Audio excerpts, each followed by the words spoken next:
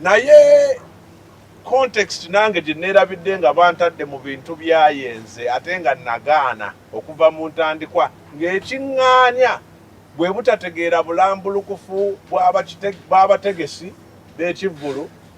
Ekyokubiri, intensioni zaabwe eri culture kubanga baakola ensobi nnyingi mu ntandikwa y'ekivvulu, obutatukonsultinga, obutajja kutwebuuzaako. Kati nze nkoze ekivvulu kya community emyaka 22.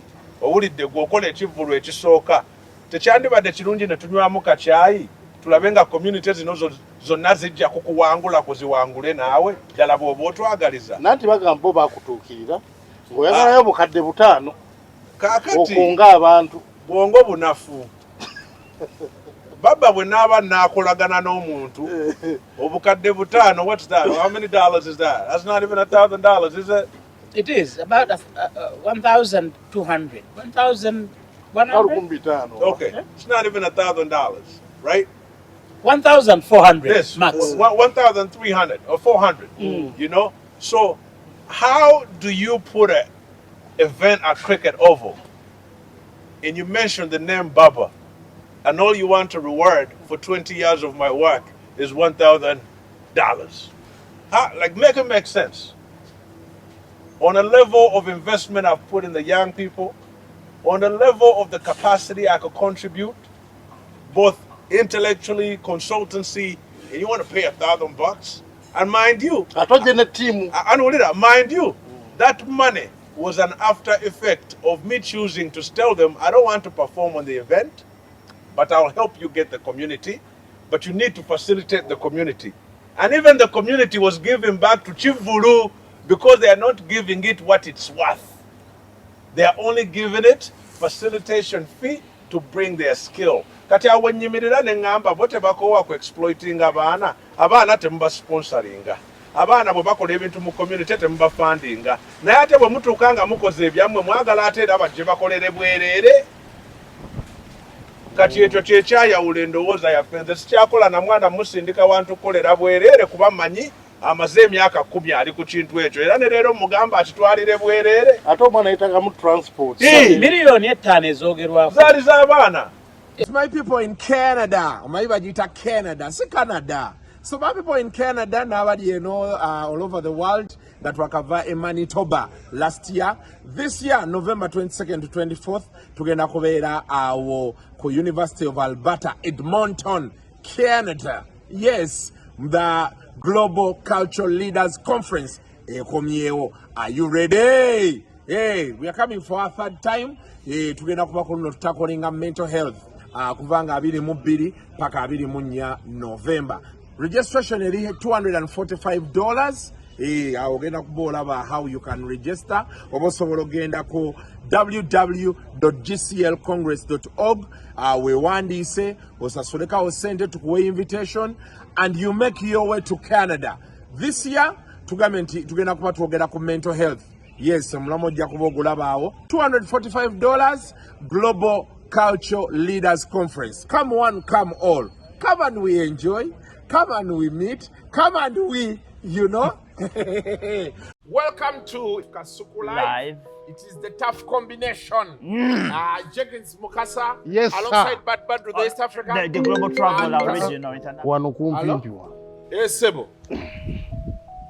Waliwo oluseko olugendo ttambula. Alokufuna wano right now. Let's ride. Buli omu requesting ride ye bana.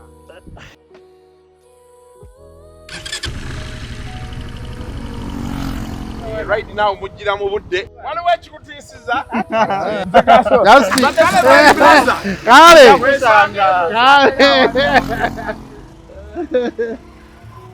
Ride now. Let's ride.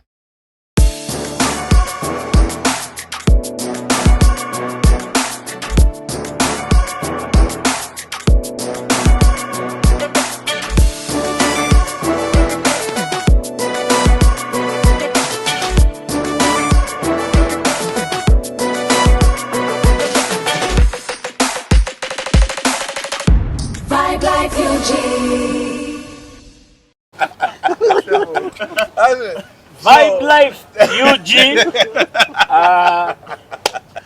twebaluse okubalaba. Thank you for watching. Thank you for supporting all our fans from all over the world. Big up on yourself, everybody in the US of A, in Europe, in UK, abali wano mu Africa, tulina abasajja baffe abali South Africa, n'ensi zonna abali mu Persian Gulf, waliwo omwami erinnya lyo nalyerabidde ali Brazil, sonyiwa yangambye muwe big up naye erinnya ndyerabidde, that is South America. Abantu abali nammwe abali wano e Uganda, abantu abali Tanzania, the house manager. It's political correctness. Nakadama tekivuma. Kigambo kya Luwarabu kitegeeza house manager. Ande ennaku zino oli akozesa ekigambo in a derogatory manner. Kati bakadama nabo ne bakikyusa kati beba house manager. Okyasanga receptionist no meter receptionist. Nedda front desk officer. Ate messenger. Facilitate something. Office admin. What to impose bamwita bata? Sanitary Sanitation. Sanitation. Janita bobera ebulaya era abakutadde wansi wane Uganda naliko culture naki naliko ku party guy najja mu t-shirt ngeriko London Borough of Hackney janitor. Buli omu n'amutunuuli.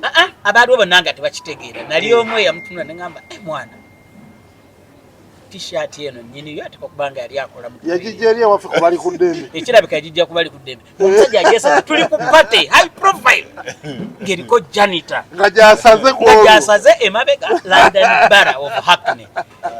Nengamba mwana oli wakabi mu mutima gwange naye kasina bwe mukoona nako omusajja embeera gye yalimu kumugamba ate no bayinza baagimuseera anti ate nasiukaga okalaba kapya kola t-shirt naye kati sebo akola mu toilet wana abeera ba sanitation something officer kati gwe weewunya sanitation officer temusanze akutamyemu golowooza mbu wa public health naye mwena thanks for always watching, thanks to our advertisers. Thank you for believing in us because bino bye tukola si ffe b'amagezi abasembayo, maybe ffe basiru abasembayo, but gwe n'okwata ssente zo mwezi ku mwezi mwaka ku mwaka si mwaka gumu si myaka ebiri n'ogamba I will advertise with you guys. We can't thank you enough. Thank you Crane Cargo, thank you Bagaiba Calgary. What is the organization name? Jenkins. Gaiba Calgary. Global Cultural Leaders Congress. Thank you, Global Cultural Leaders Congress. Thank you, Right Now. Thank you, Kampala City Grammar. Thank you, Musajja waffe Owaspa, MySpa, UG.com. Ekibibu otuuka okwogera advertisers obeera but give me the people's names, I give them a shout out. So thank you. We appreciate you all. Now, definitely Birmingham Uganda Investment Convention, thank you. We are with you for the 3rd year. Big up on yourself. Abatulaba interview negenda kubaamu ekitali kya bulijjo. Omugenyi waffe alina ekimu ku bintu bye mwagalako maybe ebyatamanyi. He speaks very fluent Luganda. Ayogera bulungi Oluganda olutaliimu kajanja, olutaliimu kwekoza, olutaliimu kirimi, Oluganda tuufu. Naye ku speed kwalwogerera ate era ye speed kwakyusiza n'ayogera Oluzungu Olumerika olungi ennyo n'Obama nga tavuganya. Kati ekintu ekyo kinnyumira nnyo nti olumu mba njagala mulabanga aswitchinga nga argument weri nayogera Luganda naswitchinga nadde mu Luzungu nga lungi nnyo. It's like a talent. Simanyi bantu basatu bakola kintu kyekimu ng'ava mu Luganda olw'amanyi olugumivu nadda mu Lumerika olugumivu. And so ye mugenyi gwe tulina. I know to some people Simu Bubi is a new face, but to the old timers and to the people that love keeping themselves in the know, he's somebody you know. But I'll still go ahead and introduce him to those who know him and to those who don't know him. His profile is so big, but I'll narrow it down to very few words, and I'll say, with respect to everybody in the genre of music that we're going to talk about, when you talk hip-hop, there are 5 names that have to be mentioned. Babaluku is one of them. Without fear or favor or trying to massage his ego. Mu Uganda, boyogera ekigambo nti hip-hop, agamu ku mannya 5. Agasooka waggulu nga bwe tulina golola ne kickboxing. Ndi boyogera kickboxing, you must mention golola. Unfortunately, tetunafunayo mulala. Hip-hop, mulimu kokale n'abalala. But there are 5 names when you say hip-hop in Uganda. Babaluku, mu bataano mwali, but mu basatu abasooka mwali. So that is the guy that we are going to be talking to. Always happy to see him around. Nze ebulaya walungi, waliyo ebirungi bingi nnyo, naye nkyogera nnyo nze teri kinnyumiranga Kampala.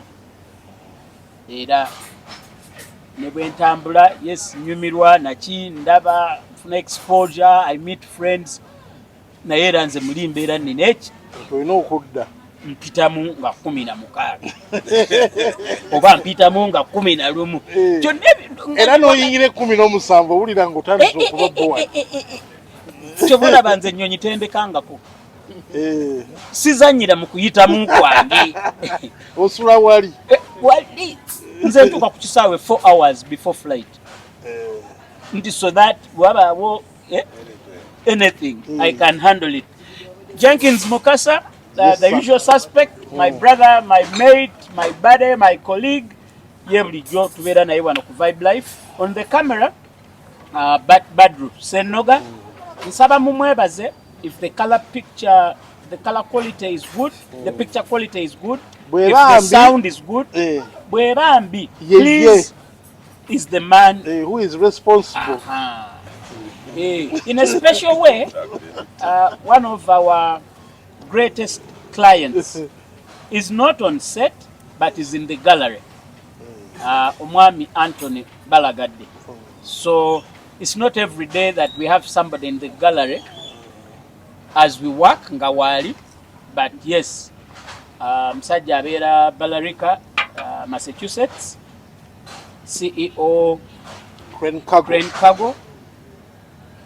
The most reliable and trusted logistics company ejja ebintu mu America n'ebireeta e Uganda nga track record yaabwe eri spotlessly clean. Keep it at Vibe Life, tujja kubanga tuwogerako naye ate naye tumanye his side of the story. Baba, obulamu bulungi? Bwebalisa. Mukama akuuma. Oluzungu mujja kubuuzaganya ne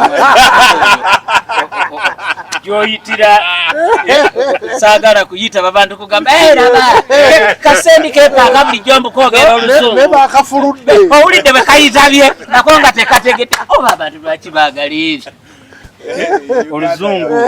oluzungu mwami Mukasa naye naawe olwa Katikkiro Mayiga kalimande ku lwa Katikkiro Mayiga jangu sijja teri kisoko kyona ayogera n'empitaba naye ku luzungu wali gendawo nnyo abantu baffe omanyi kasendi buli dakika 2 nga bakakutte nga bakagayiza simanyi oba naamala kwenkana Mukasa ne balekerawo kungayagala akakkanya ku lugezigezi Mbo otekamu nyaka janja mintu bi. Atenze agalira ddala kajanja. I just keep myself in the know. But anyway, Babaluku, one, thank you for sparing some time to come sit with us, have a chat, talk to the people, and to share your knowledge. Society of Olwalero, there's a lot of negative energy and there's a lot of wrong information. Yeah. There are more myths than facts being thrown around mobuli field, mobuli area. So omuntu nga gwe abaddewo experience ogirina ebintu bimanyi okusalawo nojja oyogereko naffe wano ku Vibe Life. We really don't take it for granted. Thank you very much. But olumu nkulaba mu biti bingi, nze sikulaba olumu nga na muyimbi, nze nkulaba nga musomesa. Nja kubuuza a very simple basic question. Oyo soko oyamba abantu baffe with what is hip hop. Njagala tutandike nga boga nti emboozi yaffe katugitandikire mu nasare tujja genda tubuukamu naye katusoke ku foundation. So defining ekigambo what is hip hop? So hip hop in relation to what we understand it is, it's a culture. It's not a music genre. So first you have to know it's a what? Culture. It's a culture. Oh. It's like how you say I'm a Musoga, I'm a Muchiga, I'm a Mutoro. So when you say you're hip hop, you also belong to the tribe of the hip hoppers. And that hip hop being a tribe is endorsed by the UN. So it's a legal document that the UN produced for hip hop as a culture to literally have its own governing components. And so we have principles that run hip hop culture. So omuntu yenna bw'abeera mu hip hop tabeera rapa. Bannayuganda bibiri byanjawulo. Bibiri byanjawulo. Bannayuganda baagadde nnyo mu butamanya okukontanya ebintu ebyo naye byaki byanjawulo. Kati bakyali bange abasinga barapa. Naye nze bw'ombuuza Babaluku waliyo baddeko rapa, maybe nga nkyali muto naye bwe nnakula nafuuka MC. Waliwo rapa, waliwo ne MC. So mu hip hop culture ate temulimu just rapa ne MC, mulimu elementi 10. Okiwulidde? Ezitambuza mulimu ba graffiti artist, mulimu ba DJ, mulimu ba breakers, mulimu ba fashion designers, mulimu abasomesa. The fifth element, which is called knowledge, is also there. Mulimu abalimi, aba wellness. Forgive me, I'll keep popping in a bit. Okusobola okutegeera obulungi. Senson. Graffiti. Ate designer. Kati naye ali mu hip hop culture. Yalimu simanyi oba akyali mu kuba ndudde omulaba. No, kati twogere ku Senson oli the graffiti. Wedda yali mu hip hop.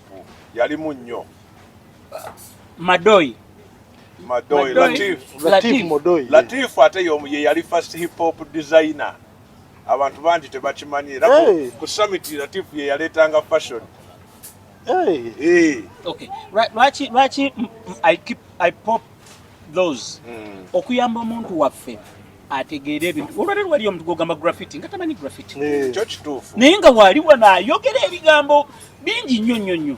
Kati njagala to tag them to people abantu bebamanyi bebayinza okureferencing. Kiringanga MC. Kindly explain the MC bit because when Uganda femontegera yafe bagamba MC tutegeera Patrick Omujuko tutegeera Zambali tutegeera Abbe Mukibi yet gwe MC gwoyogerako mulala wanjawulo kakati bwogamba MC E equals squared equals energy. Okiwulidde?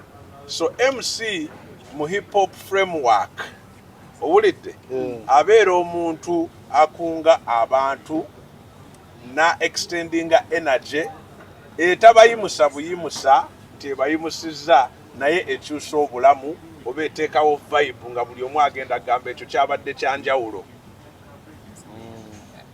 alinga mulaba hype man bwayina ne hype man wanjawulo naye ne MC MC ava mu hype man kati kankubuulire Okay.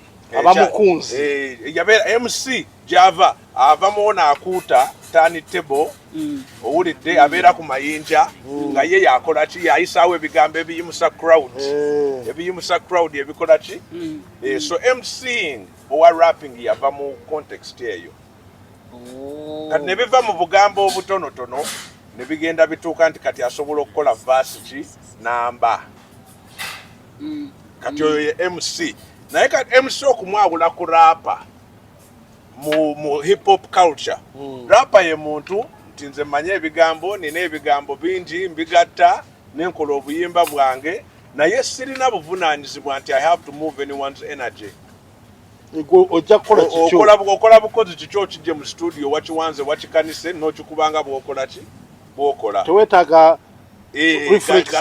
gana amaanyi n'obuvunaanyizibwa obwo tokola ki tobulina era tebukukubiddwako naye gw'olonze kyolaba kyonyumirwa okikoze abantu bakyagadde weekubira raapu zo kati ffe mu hip hop culture tubola aba MC tebagiyita rapa bagiyita MC the element of MCing it requires you to be accountable, to be responsible, and to also advocate and grow the minds because MCing is an intellectual sport.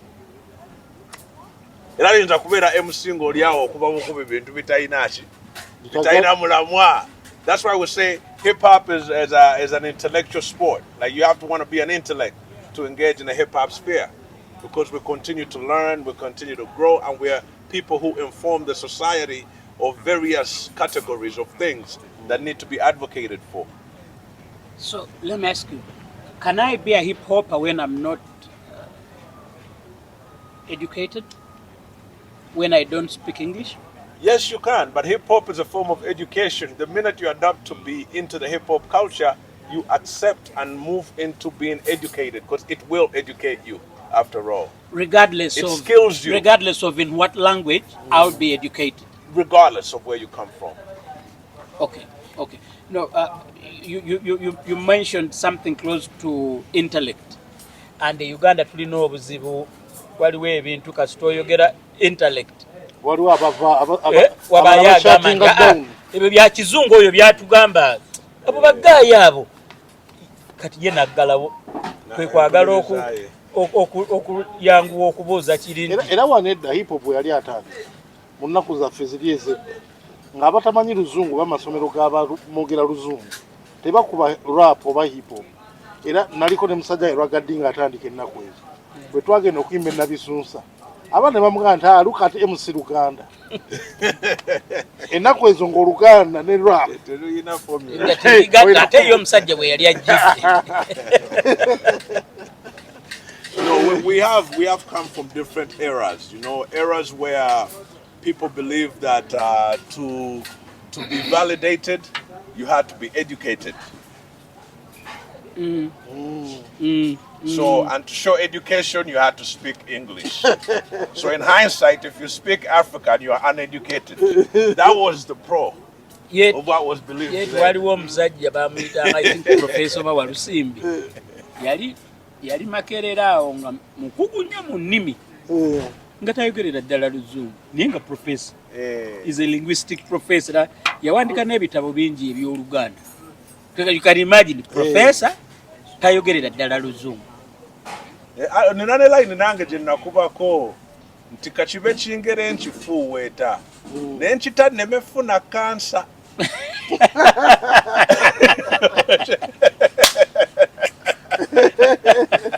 Olw'ensonga nti omuntu yenna akujja ku kikyo n'otandika otambulira mu kikye nga mwe weeweera amaanyi ate oba weewadde obunafu. Yeba counsel of the mind. You've weakened yourself. If you can't strongly stand up for the language in which you are reinstated to be speaking, you weaken your mind, you weaken your ability. Even if I'm in a boardroom, my identity is squandered because I'm serving the master. At that point, I'm not a king anymore. Yet if you stick to your language, I'm king. Then you are the king. And then they are required to adapt to inquire from the king. And they can put in the time to get a translator if need be. Gwe nolemera mu kikyo awo wennyini ne baleeta translator. Kati nze kye nakola hip hop abasinga kye banyiigire nnyo nava ebweru nga gye nkulidde ne ngamba luno Oluganda ku maini lwe lugendo tuyisaawo ffenna kale abaye nga bagamba naye gwa bashinga ba English rapa kiki nambagamba siba bashinga naye nina obuvunaanyizibwa okubabuuza ku nnyimba ze bakuba mmeka ez'oluganda ezivaayo oba mmeka ez'ennimi endala nga ndaba nti mu spectrum gye twalimu everyone was making English songs in poor accents. And that, and mind you, you are getting many people's songs that they are bringing for you to help them, to guide. And I'm like, man, wakati obagambo chana, yagamba yimbye mu luzungu, na yenga ne accent, toiza tegeera na chimu chako, yagamba yimbye mu chi. Nga n'omuzungu tasobola kutegeera chicha yimbye mu luzungu. Obanze sitegedde omuzungu anategeera. So, but now, good you've helped us understand what hip hop is. Maybe, kijja kuyamba naddala ku bayimbi abali eyo. Bamanye, it's not a genre of music. It's a culture. Yeah. Ekyovola ba President Museveni yayimba mu luyimba lwe. Yabuuza nti you want another rap. Teyabuuza nti you want hip hop. Yeekubira bigambo bye. Yeekubira bigambo bye. No, and then ye bwe yawulira oba yawulira ani ya rappinga. Yali Ruchi. Naga nti ebyo naffe twabirina. Yawulira Isaac Ruchi ng'ayimba kaggwa yalayira. Naga nti ebyo naffe twabirina. No, bamuterawo embeera nti bino byabavubuka bipya. Naga nti ebyo naffe twabirina. Kati naye n'abawa. Rap eyiye. Eyedda. Okiraba mu Lunyankole. Nti gye tugenda naawe ojja kutuuka mu kasalumu awantu. Babeeko kye bayimba ogambye ebyo naffe twabirina. Otandike kaggwa yalayira tekiri mu ggulu tekiri bwatuka ensi eri kankana buli aliwaseka agambe jjajja Mukasa ng'agamba nti tayina kateerera nengamba atabuseka. Ate ekyo ekintu kye kyakola abantu kye batategeera kwe kuteekawo okumanyibwa nti bwe tugamba hip hop ono kale baganda baffe abali ebunaayira abaatwalibwa okitegeera babbula ekigambo ekyo mu energy eyo naye nga nabo bawa respect nti hip hop enkwata ye n'ensibuko yesibukawa wano ewaffe mu Africa mu indigenous culture zetuvaamu mubeera mukatujjukira mu hip hop tuyina mu saifa gikola olina okukola saako owulidde kyekyoto kyembadde ngenda okutwalako nti naffe wano bwe tukunga ne tujja ku kyoto tukola ki twetoloola MC gw'onoonya wabeerawo ayimuka nti yagenda okuliidinga ki okunga banne ffenna ne tukola ki ne tugoberera ekyo buli bwogenda mu buli indigenous community mwekiri oba ogenze mu Bagisu oba ozze mu Baganda Banyankole yonna kikola ki so n'omanya nti ekintu kino kye tuliko kya bujjajja naye lwakuba tuli mu kibuga omuli abaagala okwefuula abamanyi ennyo okiwulidde ate abatawadde bintu bya buwangwa value na kubyettanira na kubitambuliramu okwagala okwetikka amaanyi kizibuwala bo okunnyonnyola ddala ki kye bakola soyo gwe tuyita raapa tagenda yeyo gye njogedde kati obuzibu bwazzeewo dda tabitegeera nakola ki ye yavuddeko dda ku conversation kubanga si byaliko muwe ka UGK abeere mulaavu akole obugambo bunyume abagambe nzaaliko we ani ayagala okunzijawo. So, but let me ask you, hip hop mu Uganda kye kimu ku bintu ebitategeerekeka. One, abantu abakola hip hop tebaagala mainstream. Waliwo olutalo olwo. Oli mwenna mulina ekintu mukola bwe muti mukakuumira wano sandi gambye nti tukakuumira wano kubanga kye tukoze ate kyanjawulo ku bannaffe abayimbi abalala era kino temukyogerako nnyo kuba abaana abamu temubategedde temuboogeddeeko naye gwe bwegamba nti nkoze ekivulwa emyaka 22 generation emeka zensavinzi myaka 22 olwaleero 2025 that is 2003 tukyali ku deviate myaka 2 ne tusenvula Wilson ne tugiyitamu ne tutandika bogera muzile nziro tuli ku jenzi kati eri asookawo bagiyita batya Jenny because millennials. millennials waliwo kati ezo si bbiri ziri ssatu. Ziri ssatu. Gen Z, millennials, waliwo awo Gen Gen Alpha. Naye ngezezaako okulaga nti olwaleero omuntu yenna okunyumya ekigambo deviate osooka n'omwetegereza omuntu okunyumya Sabrinas wescam okifuna. So that's quite a long time. But what's the status of hip hop right now? Wano mu Uganda tuchukumire wane wafi. Wano mu Uganda hip hop kyakoledde eggwanga muli kigaana bugaanyi naye yaleese emirembe mu bavubuka okubanga tebettanira mu bikolobero ebyandireese obutabanguko mu ggwanga lino. Obuyaaye tubuyita obuyaaye oba obuyise buyaaye oba kyonna kyewandiyagadde obuyita naye ekiwadde abaana emirembe okubanga bakyasobola okuba n'okukkiriza n'essuubi kyekyo kye tuyita lugafulo mu ggwanga lino.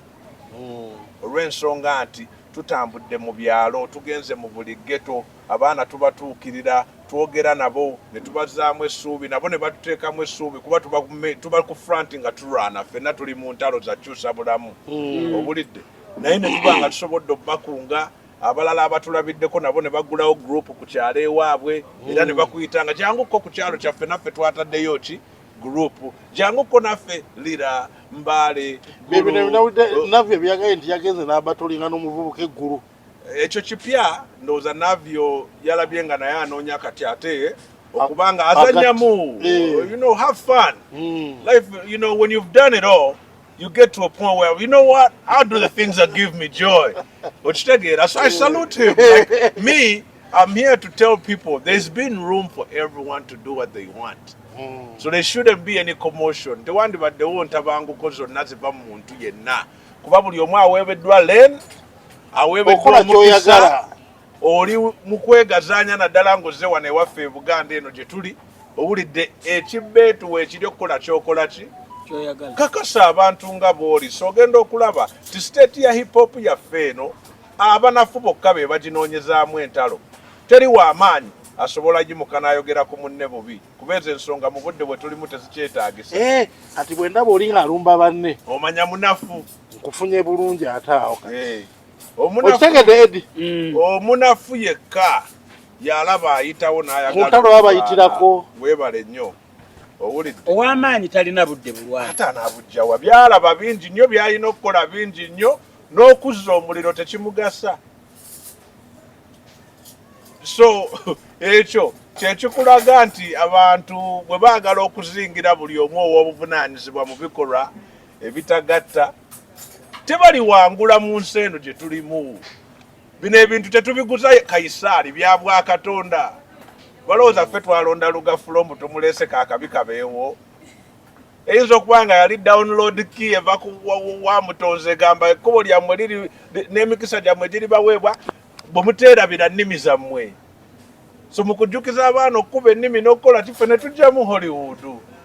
Ate n'abaana nabo ne bafunamu. Ffe tulina abaana ba leaders bangi botalina kulabira ku mike naye abali mu community nti bazzaamu abantu amaanyi babasa abaana abazza abaana ku masomero abaana school gundi zituuse ne bagatheringa community ne batwala ebyokusoma ne babiwaayo abaana abali mu fashion abaana abali mu sports you know bintu bingi nnyo bye tukola mu bulimi ate nze kati ndi mu bya bulimi lwakwagala kuzza bujjajja bwange nti nzire ku ttaka nagulira n'abaana ettaka era naatera obbatwalayo owulidde kuba nagamba mbadde mu lugendo luno twali tunoonya kimamotoka oba mayumba kiki tutasobodde kulaba nti Mukama atuwadde omukisa ne tubiraba. So kati ate ffe abaliwo n'amaanyi abagalina tukyalina okuba ab'omukisa eri abalala nga tukola tutya tubateerawo nabo we balirinnyirako nga naffe bwe baatuterawo we tukoze eki we tulinnyiddeko. Kati mwe ba hip hopa bumukulima mulima apples na strawberry mulima kati ekikulu kya hip hop kwe kumanya era 10th element ya hip hop is health and wellness. Okibulidde bulamu n'okubeera ng'oli healthy okiwulidde lwaki ekintu ekyo kikulu mu budde buno bwe tuli jjukira bagamba abaana bali ku bidagala bagamba abaana bali ku kyo kitegeera olw'embeera ekola ki eriwo era ebanyize ate ng'embeera eyo eri fixated mu urban narrative nti lwakuba bali mu kibuga awatali ttaka awatali ki ne activity ziri slim owulidde so lwaki tuba tubateerawo omukisa gw'okuga nti tubatwala oba tubazze ku ttaka kuwonyezebwa omwana bw'atandika okuddamu okumanya nze nakula jjajja wange antwala nga nina n'akakumbi akato era kati okulima kwange okw'obukulu kuno kumuweesa kitiibwa kuba buli lwe ndaba emikisa gye yandekera ne nga naye omusajja ono nampa ebyo byonna ne sibaako nakyenkoze nange kinnumiriza kali mu kutegeera ekyo njagadde okuwa abaana bano be tukoze nabo okuba sitooli zaabwe tuzimanyi bonna tebavudde mu maka galina okitegedde naye beewaayo ne bakunga ne tutambula otambula n'omwana gw'omiitinze ku myaka 12 owulidde nti kati oli mu bukulu buno okyatambula naki naye olabye tibyavuddemu olabye embeera ye bwekyuse olabye obusobozi bwe so kati ffe culture eno gye tulimu etuwa famire eyo okubanga tusigala twezimba hip hop ina frame gyegamba let's keep building okitegedde let's keep building means we recognize that we have to be building each other. Let's keep building sigwe waliwo eyakuteerawo ettaffaali n'olirinnyako kati nawe bw'otuuka n'ofunamu amaanyi teekawo ettaffaali Mukasa alirinnyeeko Mukasa bw'afunamu amaanyi ateekewo nange nninnyeko nange bwe nfunamu amaanyi nteekewo ettaffaali baati alinnyeko era kati oli bw'agamba nti hip hop takola Uganda omanyi lwaki tabakolera tebagoberera principle eyo ate kati bo baba bategedde bwogati let's keep building agana zimbye kalina I've kept building kati na followers nya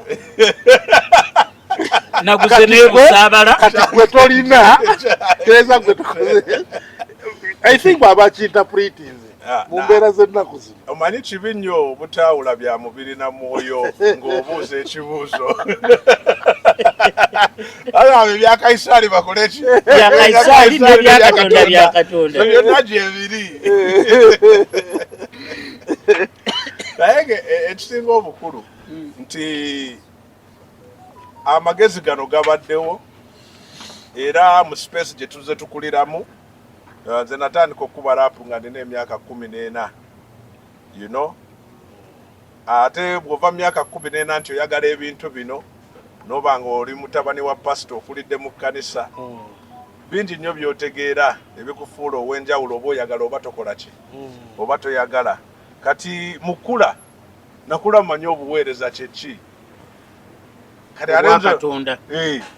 kati alondeete mu artist akuza yamanyi nti nze njagala gita na kuyimba nze nakula nabyo byonna engoma nga nzikuba nanga njituulako nga weetuli tuyigira mu kkanisa omwo byonna ebikola ki naye n'ozuula ekikulu ekiri mu bugambo obuweereza nti bwe wazuulanga ekikunyumira ate wanyumirwanga nnyo okukiyigako ennyo okigabane n'abalala okikukukemu owulidde kyobula nti kati ate ffe tetwafuna budde bugamba bugambi nti nze artist owakabi tetwabeerako nabo wadde twali bakabi naye tetwafuna budde bwefuula baki bakabi obakebobera mu kukuŋŋaanya balala batemerako magezi nabo balyeko bazuule ebyokukola you know eyo nze gye natandikira ebintu ebimpadde emirembe era ebinzikakkanya obutakakaalukana lwa bulamu kubanga bulamu obwaye kati bwonsanga baba kiki nebaza ate nkole ki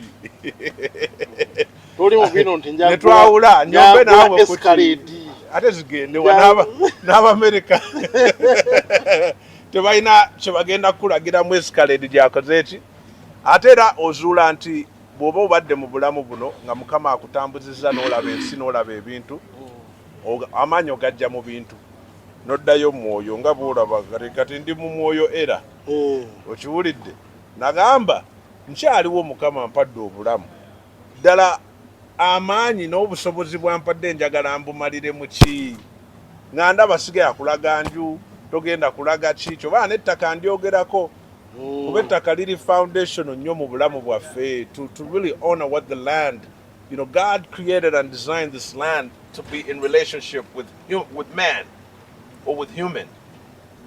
And at the end of the day, we have dishonored it.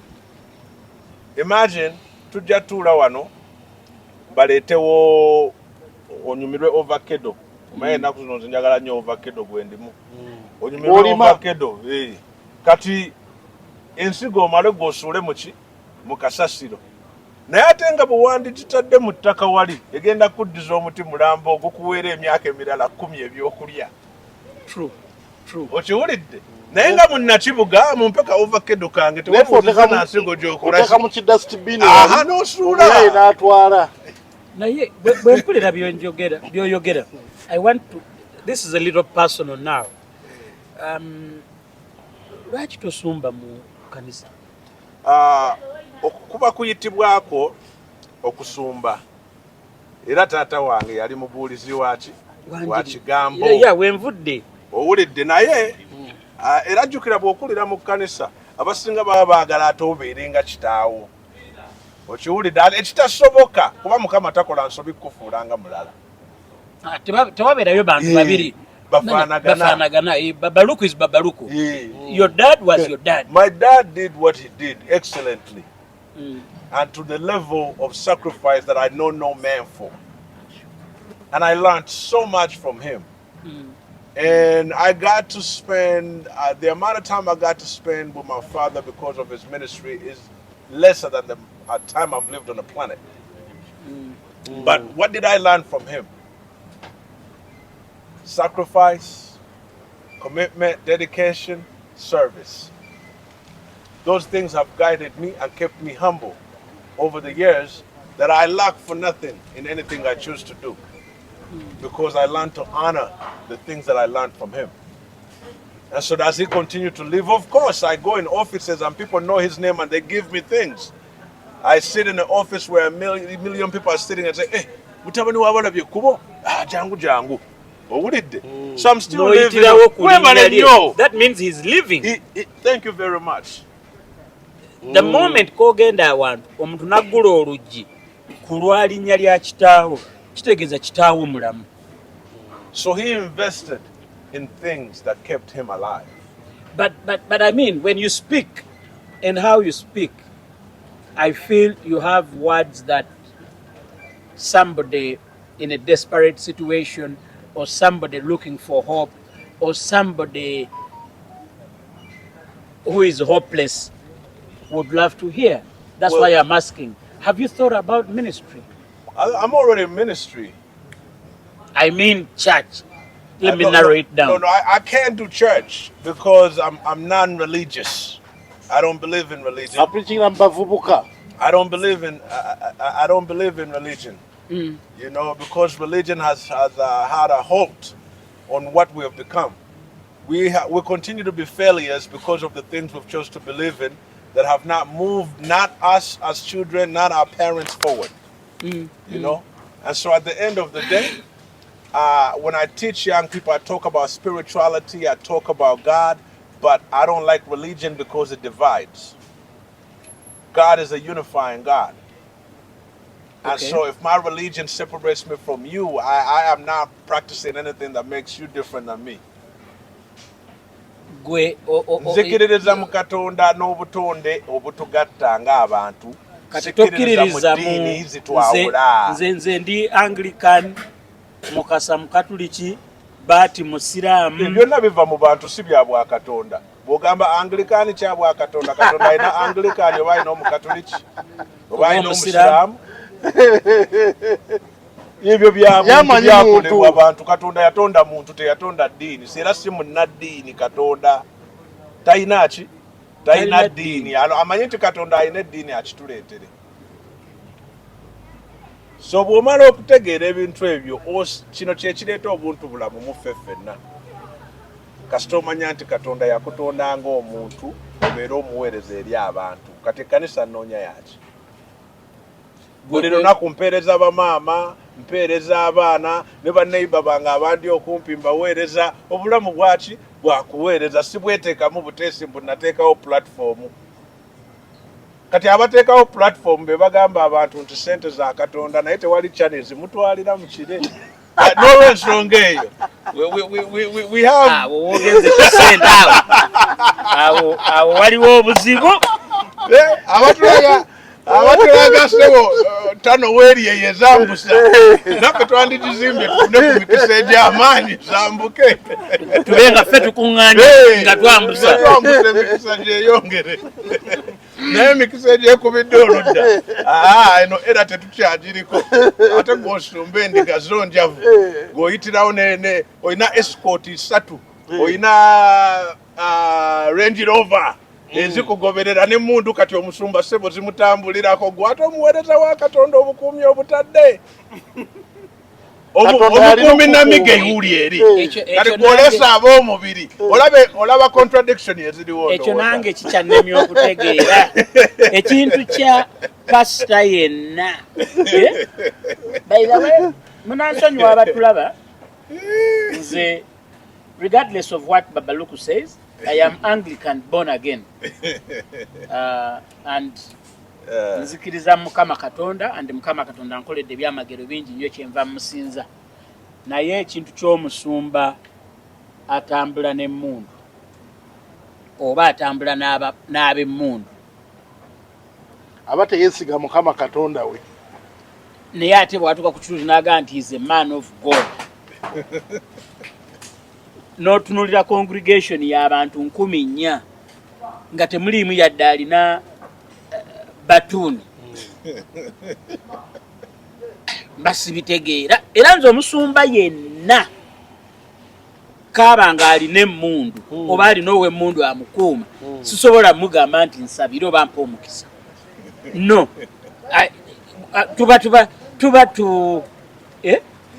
how do you say it tuba twawudde but I love your stance ku kintu ky'okubuulira enjiri. We have to encourage people to question narrative, not only just to follow. Unfortunately, very few people abantu baffe batono nnyo abaquestioninga narrative batono abantu abasinga bagoberera bugoberezi antu akwakyo bandiga okay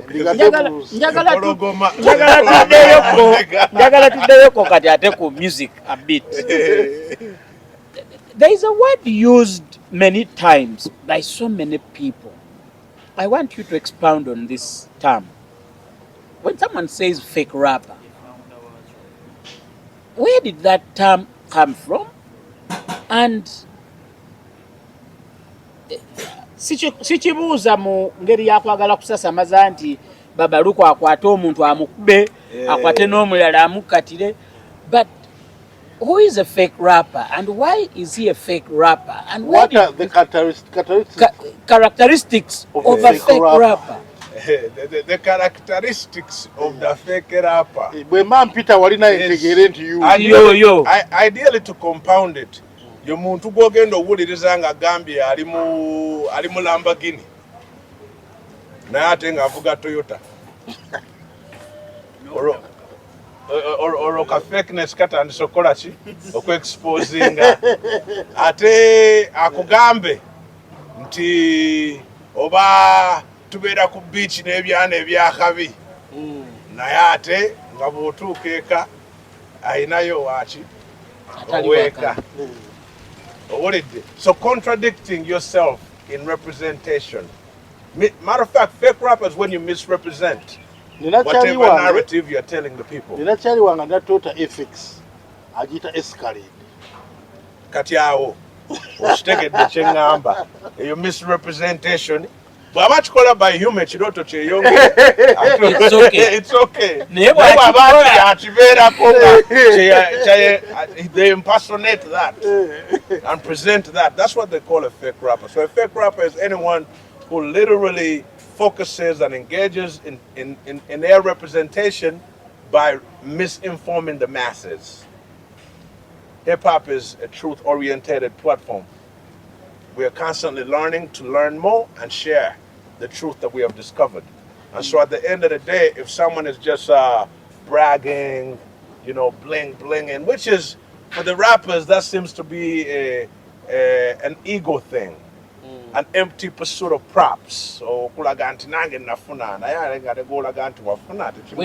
you say props mu drama mu film, these are things ebikozesebwa nti ngenda kuzanya ng'omugagga ne bateekawo ebintu wano ebibeera ku mmeeza y'omugagga era eyo yeleni gyateekwa okubanga koga props nyingi leero agamba ngenda kuba biliyoniya naye ekyomusaayi ng'ate ki sooka ompeeyo etaano.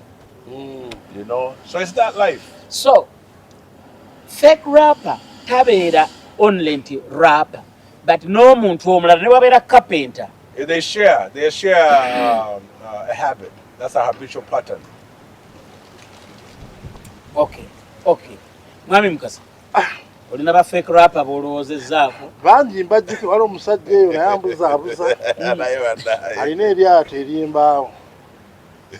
Naye aliyita yaki. Ali yawaffe etakyuku.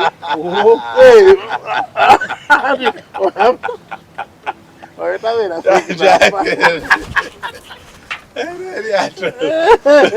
abatulaba nali simanyi barapa balina n'amaato e Uganda. Be careful. Akagatto tekakutuuka and akagatto ne kaba kakutuuse totunyiigira amanye ennaku abantu okuzira abatagamba omanyi oyo annumba nagati nze sinayogera ku linnya lye. But what's the future like for hip hop really? The future is beautiful. When we're not going to wait for those, but let me make this statement.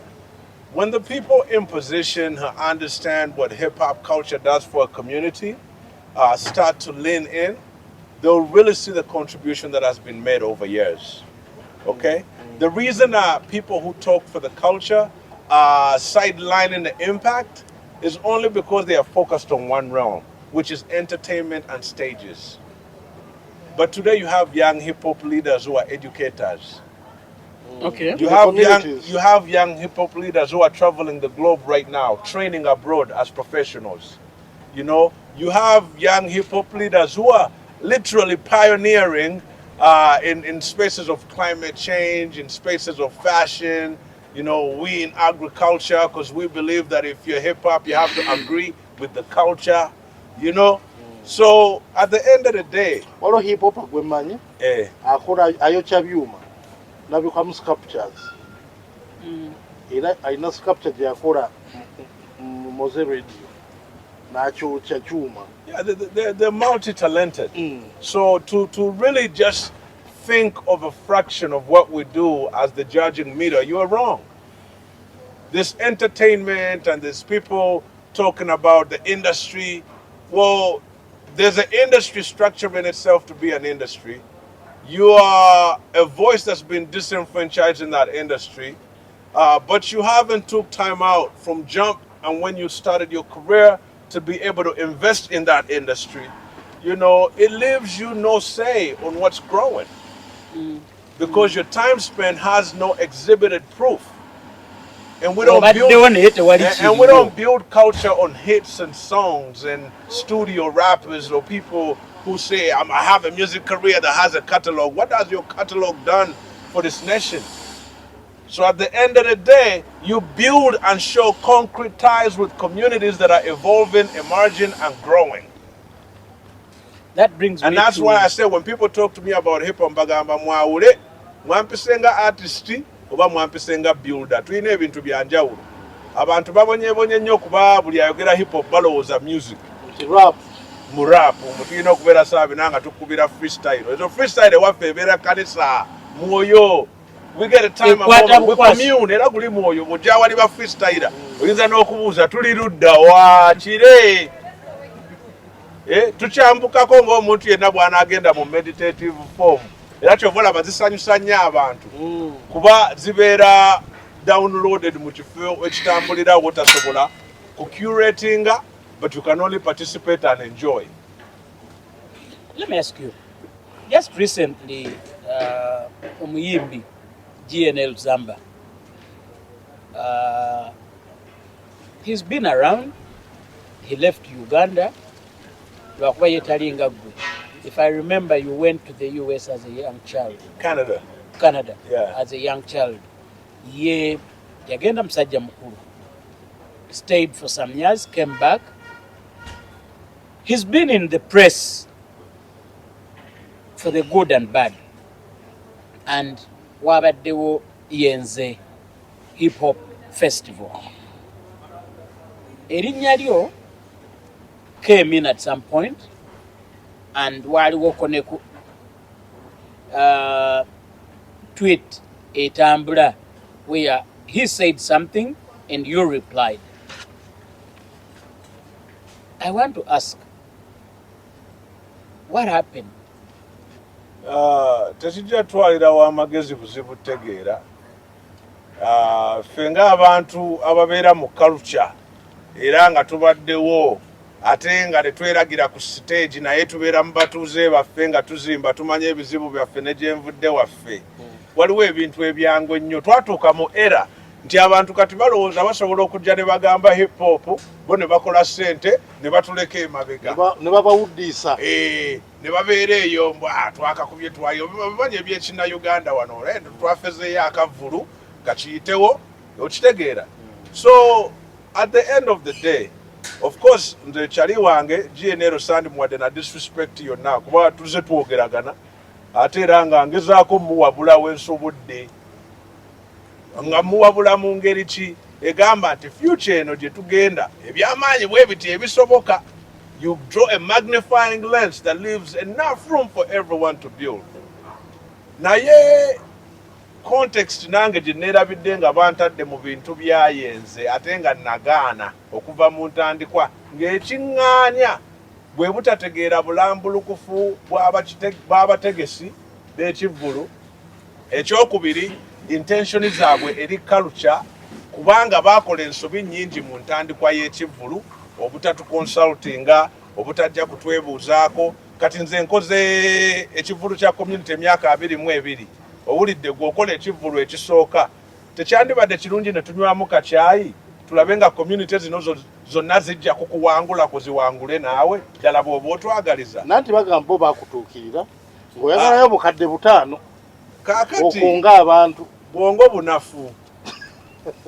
Baba bwe naaba naakolagana n'omuntu obukadde 5, what's that? How many dollars is that? That's not even $1,000, is it? It is about 1,200. 1,100? Okay, it's not even $1,000, right? 1,400 Yes, max. 1,300 or 400. You know, so how do you put an event at Cricket Oval and you mention the name Baba, and all you want to reward for 20 years of my work is $1,000? Like, make it make sense. On a level of investment I've put in the young people, on the level of the capacity I could contribute, both intellectually, consultancy, and you want to pay $1,000? And mind you, mind you, that money was an after effect of me choosing to tell them, I don't want to perform on the event, but I'll help you get the community, but you need to facilitate the community. And even the community was giving back to Chief Vulu because they are not giving it what it's worth. They are only giving it facilitation fee to bring their skill. Kati awe nyimirira ne ngamba bote bakowa ku exploiting abana temuba sponsoringa. Abana bwe bakola ebintu mu community temuba fundinga. Naye ate bwe mutuuka nga mukoze ebyammwe mwagala ate era bajje bakolere bwereere. Kati ekyo kyekyayawula endowooza yaffe. Nze sikyakola na mwana musindika wantu kukolera bwereere kuba mmanyi amaze emyaka 10 ali ku kintu ekyo era ne leero mugamba atitwalire bwereere. ate omwana yetagamu transport Miliyoni 5 ezoogerwako zaali z'abaana. tewali gwe kujja kuyimba. Era awo we mbagambira nti singa baali balambulukufu tebandirimbye. Nze Baba siyimbira bantu nga obanga omwoyo tegundaze nti nina okukikola. Sikyetaaga platform y'abayimbi ne bafaani mmanyi batawanya nga baŋŋamba Baba tuwaakapya ne mbagamba najja kuyimbira ggwe. ngira muwuliza ku bukadde. Nze okuyimba okwange kwa Bwakatonda. Bwe nali omuvubuka nakola ebyekivubuka byonna nenkola ki nembimalayo n'ensi nenjiraba. Kati wentudde nga ndi mirembe gyange olowooza nkyakubira kateni mbujosanyuka okyamukemu ebintu tubikola kuba twagala balina okimanya ate era twatandika tukola titubyagala fe ababiruddemu ababyagala abatabibyemu ababizizaamu n'abaana bwe batukyaye olw'obutamanya nga balowooza tubakolamu ssente era tuyimiridde okuyita mu ntalo zaabwe ne batusangawo ne beenenya kuba nabo bagenda ne batomera ne balabira ddala nti si bwe kikola ki si bwe kibeera. So omuntu yenna eyandiyagadde okwogera ku culture eno yandizze nga yeebuuza ku banne abatambulira mu bintu eby'enjawulo n'agamba bannaye nandiyagadde nno okukola kino naye mbalaba nti mwe musobola ojja okitegeera n'oteekawo vision. Kati ate toyinza kumala kuva mu bintu ng'ositudde akasawo kanene oba bakusudde mu kinnya ate gwe n'ovaayo ng'eyafunye ekirooto enkya. Owulidde? So your issue is the approach. The approach, the lack of respect and consultancy, the idea of treating this matter as it was a matter of mufune barapa bajje tujja bateekawo era buli nze manyi okugamba abantu era nkyogera mazima buli abagenda ku sheeyo bava ku mikono mitono nnyo. Owulidde? Ejjajja ne gibakunga ffenna nga tutudde awo tutunuulira lutimbe bwe tuti tugamba munnaye baagaana okuwuliriza bye twabagamba kuba twabannyonnyola nako nti lwaki muteeka ekivulu ku cricket oval nga temwetegese. Kyali kisaana wasse abandifunye venue entonotono katikati yandikoze venue entonotono ereeta elementi zonna ne raisinga energy abaana ne basobola ne bamanya n'okumanya nti balina okufacilitatinga aesthetics. Jenkins bw'otegeka ekivulu ng'okoze ne ba brandi ab'enjawulo tebakola branding kati bano lwaki basuubira nti n'okutuusa kati hip hop eyagala stage na biscreen byokka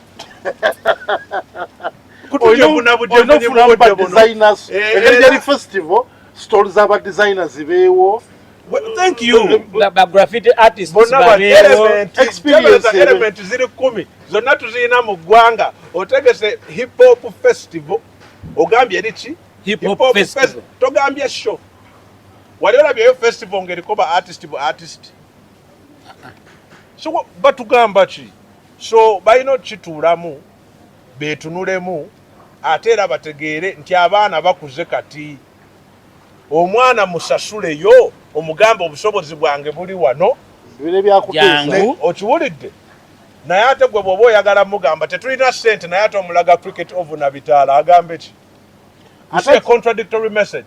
Like you got me in cricket oval, you had a big stage. How many millions? How much is it? Cricket oval. Rent.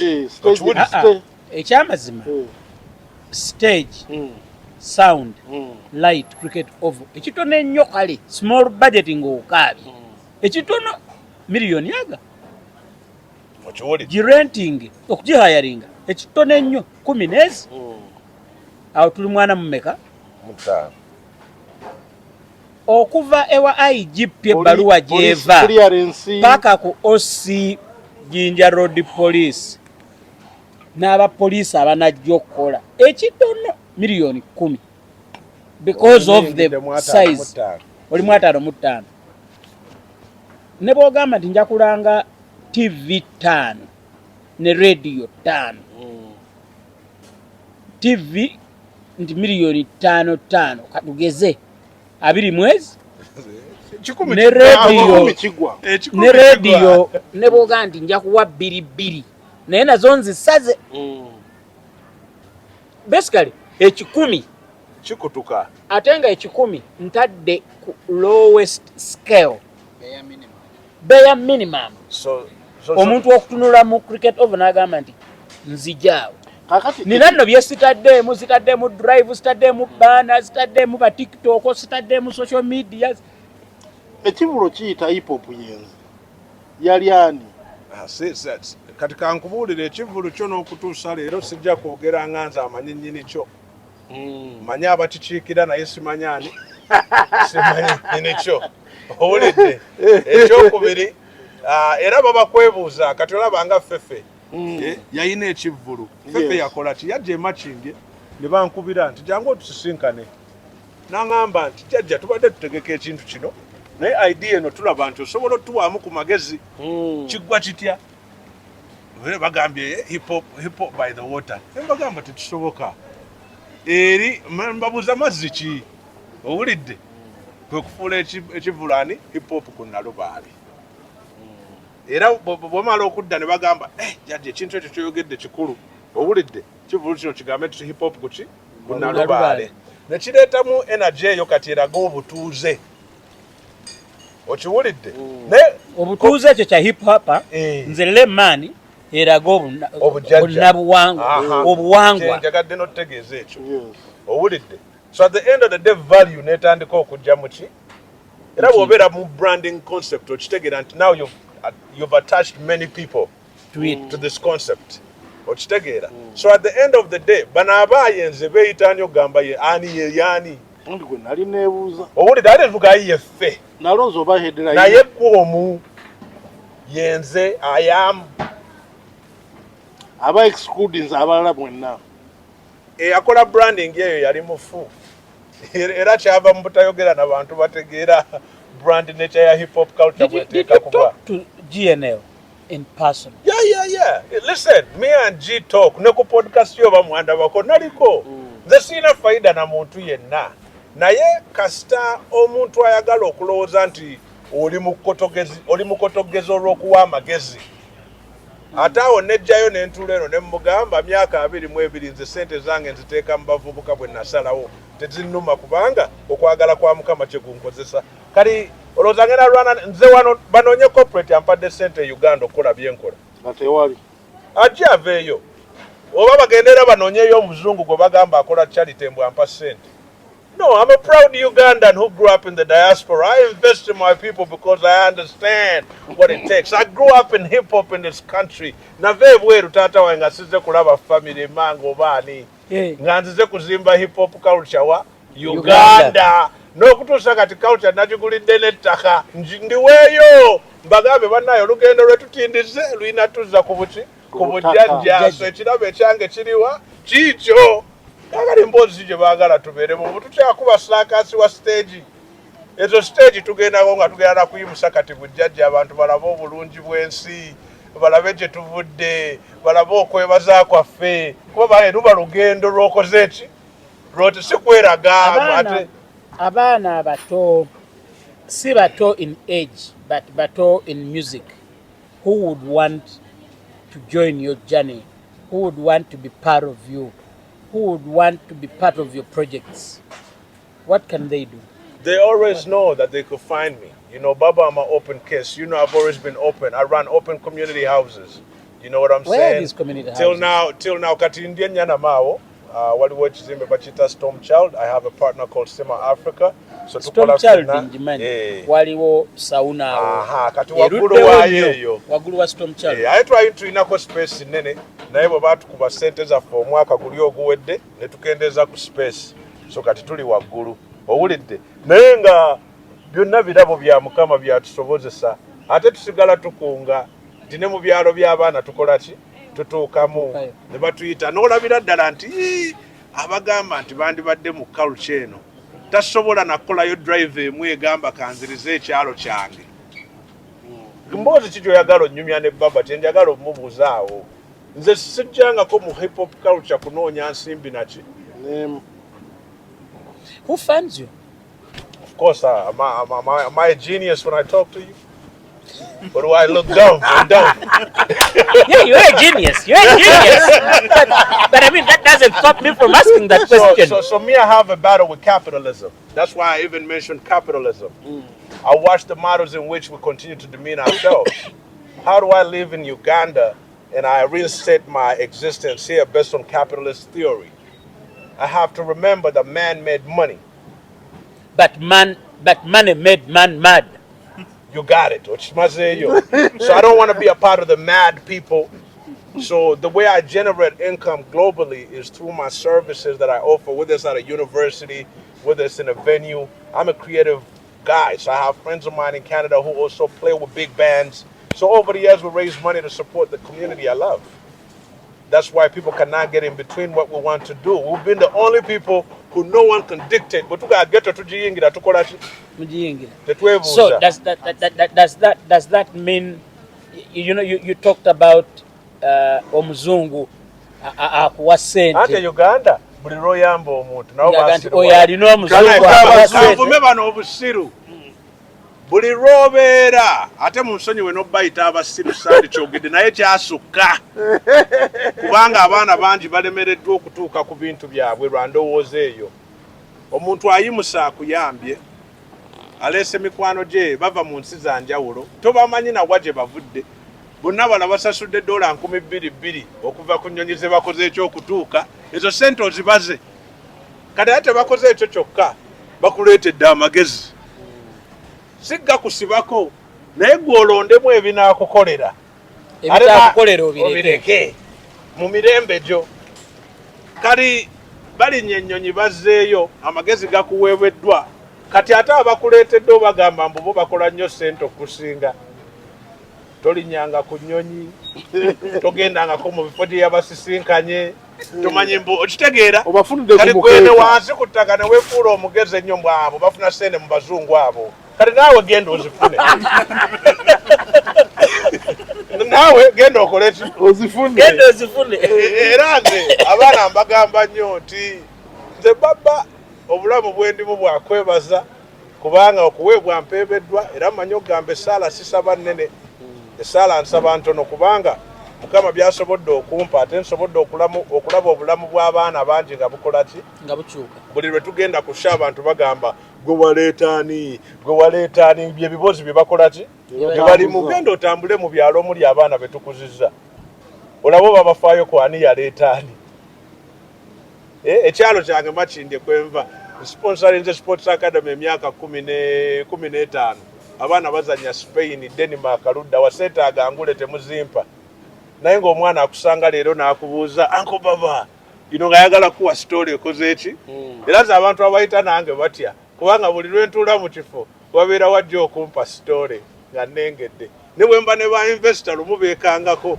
be bannannyini ssente naye twayingira high profile restaurant nga balaba abantu bajja bantuukirira tebategeera kikikola ki kikigenda mu maaso naye nange ne mmanya ti humility n'ebintu bye tubeeramu tetwetaaga kwetimba bitiibwa leka tukolere abantu baffe ebirala tulibiraba nga taata waffe bwe yali akola ffe tetwalaba bye yali akola ki naye raba bwe tubiganyiddwamu nnyo oluvannyuma so nange yenzikiriza yange kyovulaba baba wandikoze sente nnyingi singa wali okola kino Uganda omanyi mikwano gyabwe bali mu Uganda bonna balina kye nandikoze naye ate nga ebizibu ebyabwe si byenjagala kyekitwawula so bwe kugamba nti ndeka neevugire ngende ku mazzi eri mbeere n'abalimi leka gye mbambeera ekyeza nkola yamwavu kunnyonnyola mugagga nti wano senga wano waterezaawo buuti nga tumaliriza the last issue I want us to talk about. Tell me about a song later to Baba. It was an apology to you. What happened? So era nakino kankimbanyumize kati mwe mumbuulireyo bayimbi ki abalala abaana be bawandiikirayo ennyimba nga ddala yagadde okwennyonnyolako ng'akoze obubi n'alaba nti kibaddemu obubi okiwulidde n'ayita mu luyimba nina ennyimba nga 2 nsobola ozibaweereza bannaye nange mmanyi okuddaawo ne neebuuza twali ku kiro eki wano kati lino oluyimba lwe lumu ku lwo lwe mmanyi okugamba nti men na training abaana bangi era bwe baatuuka eyo nga bafunye byonna bye baagala obulamu butambula tebeerabira kumanya bizibu bye twakola ki nze oluyimba olwo lurepresenting ebizibu bye nayita namu era bw'oluwuliriza omwana akugamba twapoota twali tupoota nga tukola ki nagulanga bulooka ne mbagamba ne foundation mu omugendo gisima naye nze nsasula era ne bakwata bulooka ku bulooka buli omu ng'alina ka assignment ku property okitegeera alina katiimu ka okusiiga agenda kubeera wakusiiga agenda okukola electrical nga mbagambe sente zino saagala ziwa ki beebweru mwe kennyini abali wano abazimba community abalina sikiiru ne kazidde mu mmwe era ako akayimba ka representinga obulamu bwe nayitamu nga nfunye abaana abava mu bifo ebyenjawulo ebitali nti byeyagaza abaali banoonya obulamu naye ne bafuna obuwaatwa okubanga enzigi zikola zibagulirawo. Era nze kyemanyi okugamba Uganda temumbuuzanga abayimbi, nze tebankwatako, abayimbi tebalina kye bakoledde eggwanga, naye mumbuuze ba leaders abakulembezi, kuba omuntu eyewaayo okukulembera amanya obuzito n'obuyinike. Omuyimbi yeekweka nnyo mu kuyimba, owulidde, naye ogamba nti ogenda kuweereza omuntu kitegeeza akaalo okatabaala, omanyi maama gundi ali eri emmanga, omanyi ekyafuddewo eri egundi, ate naawali obusobozi omanya ati ffe tuyimba nneeri naye bali tubayambeko ku kino. Ye ndowooza ebula mu bayimbi baffe abaleero. Nze I don't sit here and big up a lot of our creative industry as far as musicians and commend them for doing a great job, because they have actually failed the entire generation. Omuyimbi asula ku kyalo nga tamanyi yazadde, tamanyi yafiiriddwa. For the benefit of abatulaba, oluyimba baluyita letter to Baba.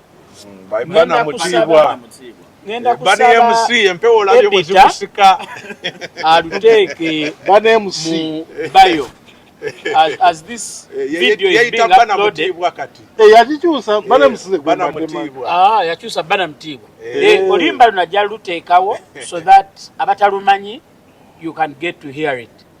Ate kati n'abalala abaliyo abakuba raapu batuweereze ku nnyimba ng'ezo abaana generation ezibakoleredde zezibakoledde, balaba amakulu n'enjawulo ebigirimu. Nti oli akikola kireke ani beetimba nnyo ku bantu, naye nze manyi okugamba okusirika kwange, nze nina nnyimba zembawa ne mbagamba egyali myaka giri, kirungi n'akigera myaka ki. Omanyi lwaki kirungi n'okikola ne bali bayigire kubanga tebakimanyi ekyo. Kiyinza okuleetawo embeera. Olumu si kirungi muntu mussa ku minzaani. Wano okukyogera kyangu. But if you ask people, n'omugamba show me a family you've helped, just a family, tata mama bantu basatu, baana basatu, baba no baba babiri, ndagaayoko. Waliwo gamba nti akulage, naye kankulage long stretch. I said for 20 years plus. For 20 years, it's continual. Sinti nayambako luli nawaayo. Kuba bwana obusinga bw'obadde nabo bukuze buvuka mbasanga abasajja bakulu. Edda nabula as we wind up. Abatulaba, this is Babaluku for you. Ngenda musaba on camera. Ajja tufulirayo ku budde. For inspirational purposes, eri abantu abalala abalina bye bakola. Tujja kutambulako naawe, tugendeko mu community, tulabe ku baana, tulabe ku bintu ebikolebwa. Maybe somebody could pick a leaf. Nga muyimbi agambe ene Katonda nange ampadde kino. I think kambeeko nange kyenziza mu bantu. Oba oleyinza okubanga naye abaddeyo ng'azza mu bantu naye nga azza in the wrong way. Kuba waliyo abalowooza nti okuzza mu bantu kwe kuyisa omuti. Buli obatuula n'abatuuza guno gwakalitunsi nayiso gwakalitunsi nga yo olwaga nti nange nziza. But thank you. Thank you so much for your time. I respect people's time. Mwami Mukasa. Omutuuze olina ky'omugamba? Omutuuze sina buli kimu akirambuludde bulungi, annyonnyodde kinadde ngeno mubuuza yalina plan ey'okuzimba bavubuka ekizimbe mu Kampala wakati naye akinyonyodde nti ate alinamu ettaka kwagenda oteeka ki. Eyo plan ye legacy gift eri eggwanga n'abavubuka be tuyiribye nabyo mu hip hop culture, era nga of course tukyebaliza nti Mukama atutuusizaawo kubanga twagaana okubeera abayimbi obuyimbi naye ne tubeera abagasi abagattako. So kyenjagala okuggalawo nakyo nti bannaaye saagala mutwale obudde buno n'emboozi zonna ezitambula eyo mbuwa nagamba baba asinga GNL ki. Njagala musimbe essira ku kintu kimu nti abavubuka abaffe bano be tulimu beetaaga okuyigirizibwa, beetaaga access, ate tuyina kati okubagattako ekisukka olw'ensonga nti abamu kufa abakuze tuli mu budde obwo tinaffe tulina oteeka ettaffaali awabala. so leka tuzimbe kiche tuzimbidde abavubuka abajja should be the emphasis si kyenkusinga si kyosinga Mukasa but what have you put in place for the young generation era tuli kugattangako kubaffe tuli mukamuka mu Muganda tugatta. It's called what did you call it? Let's build. Yeah, let's build. Thank you. Thank you so much. Thank you for your time. We build it. Let's build. But let's build means Baba ataddewo ettaffaali n'endirinnyako nange n'enteekawo Mukasa najja n'alinnyako n'ateekawo Baati najja n'alinnyako n'ateekawo. Kiba kitegeeza bwe nkusanga ne nkubuuza what have you built? Bwati kalina ogirengera. God bless you. Mbeere bulungi.